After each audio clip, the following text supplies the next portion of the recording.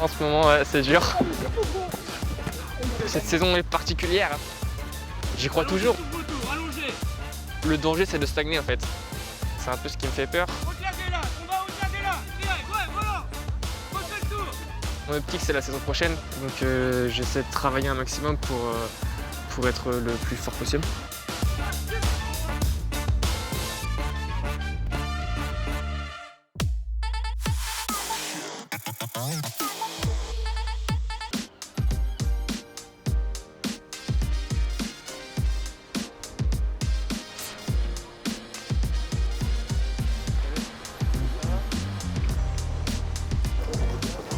Bonjour Briac. Salut. Ça va? Ça va, très bien et vous? Très bien. Qu'est-ce qui va se passer là ce matin? Là, je vais préparer mon oral blanc pour les examens finaux à la fin de l'année pour être éducateur sportif. T'as révisé? Ouais, Tu vas être bon alors? j'espère. Bon, on va voir ça. Ça marche. Bon courage. Merci.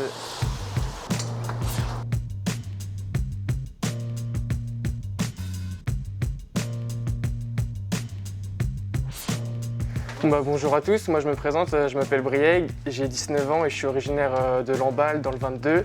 J'ai été pendant 3 ans au centre de formation à Brest et je me suis aperçu qu'on voyait souvent les petits de la TISEF Academy mais qu'on n'avait jamais l'occasion d'échanger avec eux ou de pouvoir même jouer avec eux. Donc j'aimerais organiser une sorte d'olympiade, des petits jeux, pouvoir échanger un maximum et tisser des liens.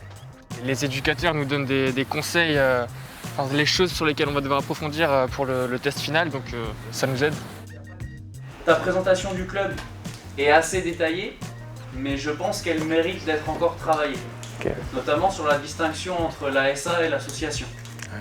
Par contre, il faut que tu trouves vraiment un vrai intérêt pour vendre ton projet pour les plus grands, parce que les plus petits, je pense que ça va être bien pour les petits. C'est pas comme le lycée, c'est plus l'école, on voit que c'est une formation professionnelle. On rentre un peu dans le monde des adultes véritablement à travers ça. Il n'y a personne derrière nous, quoi. C'est soit on fait, soit on fait pas.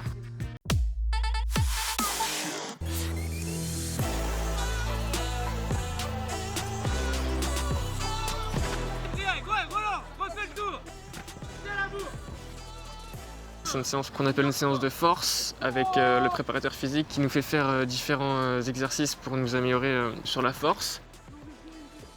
Et ensuite, on fait des jeux réduits. Ça pulse. C'est court mais intense. Donc ça travaille vachement. Le mardi matin, c'est une séance qui travaille énormément. On a la chance de pouvoir s'entraîner normalement, d'organiser dernièrement des matchs amicaux entre centres de formation. Mais voilà, il leur manque la compétition du week-end qui permet aussi aux éducateurs de bien évaluer les joueurs. C'est dur parce qu'on n'a pas de match le week-end, mais après, je pense qu'on peut pas se plaindre quand on voit les autres clubs de N3 qui n'ont même pas le droit au contact. C'est moins strict, on va dire, pour nous, on a cette chance. On fait des oppos entre nous, avec les 19, la réserve, même les 17, mais c'est jamais pareil qu'avec une oppo d'une équipe extérieure. Pour les joueurs de la réserve notamment, il manque cette passerelle qu'on a l'habitude de mettre en place avec le staff pro. C'est ce qui frustre un peu les joueurs actuellement de la réserve. Mon optique, c'est la saison prochaine. J'essaie de travailler un maximum pour être le plus fort possible. Combien de matchs officiels tu as disputé cette saison? 6. T'es sûr?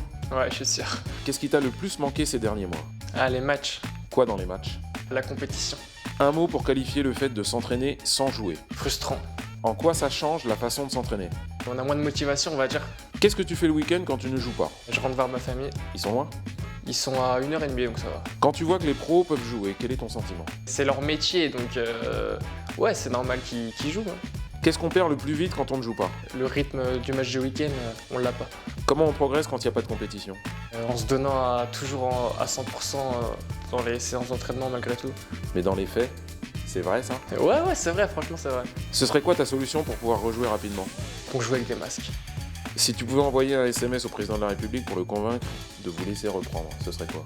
S'il vous plaît, monsieur Macron, promis, on mettra plein de gel. Tu penses que les compétitions vont reprendre quand? Je pense qu'elles vont reprendre la saison prochaine. J'espère plus tôt, mais je pense pas.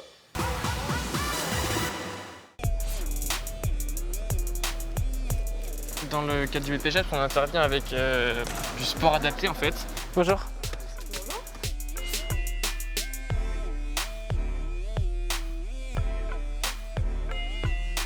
Nous, les apprentis éducateurs, on met en place des séances qu'on va animer aussi. Ouais, et du coup, je fais des passes du pied. Jaune à rouge, rouge à bleu. Mais juste essayer de bien enchaîner, que ça soit prêt, que quand il y en a un qui passe le groupe à l'autre, hop, ça commence direct. Ok ? C'est vachement enrichissant et c'est vachement plaisant aussi. On pourrait penser que c'est pas un public facile, mais on s'attache à eux. Donc ouais, franchement c'est bien. Venez tous au milieu, on va commencer. On fait des passes au sol et on échange que avec sa couleur. Les oranges avec les oranges, les verts avec les verts et les rouges avec les rouges. Ok. On va faire ce qu'on appelle une conservation maintenant. Donc c'est-à-dire que les rouges vont affronter les oranges. Et pendant ce temps-là, les verts tourneront autour du terrain pour s'échauffer en trottinant, d'accord? On passe à 6 passes. La séance est coupée en plusieurs parties, donc moi j'aurai la partie d'échauffement. J'ai 20 minutes pour les échauffer. À l'aise les oranges. Je dirais que Brieg a de bonnes compétences dans l'animation. On lui demandera un peu plus de rigueur sur l'aspect théorique, c'est-à-dire tout ce qui est construction de séance. Et puis dans la construction de son projet d'animation qui doit mener à bien au terme d'une certification de fin d'année. Ah, c'est vous qui avez gagné? Ah, t'as pas gagné, mon grand. Qu'est-ce que la formatrice va regarder chez toi? Elle va voir déjà si j'ai bien expliqué les consignes, si j'ai réussi à avoir toute leur attention, à bien les captiver. Je vous le rendez. Kevin, tu me la donnes? Merci Annie. Après, elle va évaluer le contenu de ma séance. Toi, tu t'appuies sur tes séances de foot pour récupérer des petits exercices que tu vas transposer ici? Là, en l'occurrence, non, parce que c'est un public particulier. Du coup, j'ai un petit peu aménagé la séance, on va dire. C'est aussi pour ça qu'on intervient avec eux, parce que c'est intéressant de pouvoir s'adapter à des situations complexes. C'est bon les verts? Top! Dommage Lenny, dommage.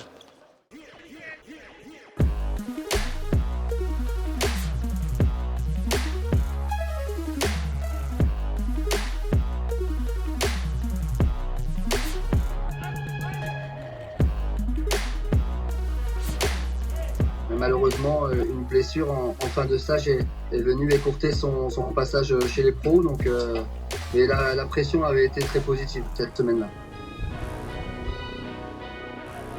J'aurais espéré continuer, mais bon, c'est comme ça, faut faire avec. Le danger, c'est de stagner en fait. Donc voilà, c'est un peu ce qui me fait peur. On attend tous patiemment que la situation sanitaire se décante en espérant pouvoir gratter des séances d'entraînement là-haut. Il y a beaucoup de nouvelles choses qui sont arrivées. Il y a la signature de ce contrat stagiaire pro. Il y a cette autonomie aussi dans son quotidien parce qu'il est en colocation. Nous ne sommes plus derrière lui au quotidien, tant au niveau de ses repas, son linge, son sommeil. Donc cette préparation invisible maintenant lui appartient encore plus. Et peut-être que Brieg il a eu besoin un peu plus de temps que certains. Mais sincèrement, il est sur le bon chemin aujourd'hui. Il lui reste 1 an de contrat. On prendra le temps qu'il faut pour l'amener à maturité. La confiance, on la garde. On s'appuie sur notre patience. On est ambitieux par rapport à l'évolution de Brieg. J'y crois toujours. Si on est ici, c'est qu'on a encore une chance. Donc on travaille pour y aller le plus vite possible.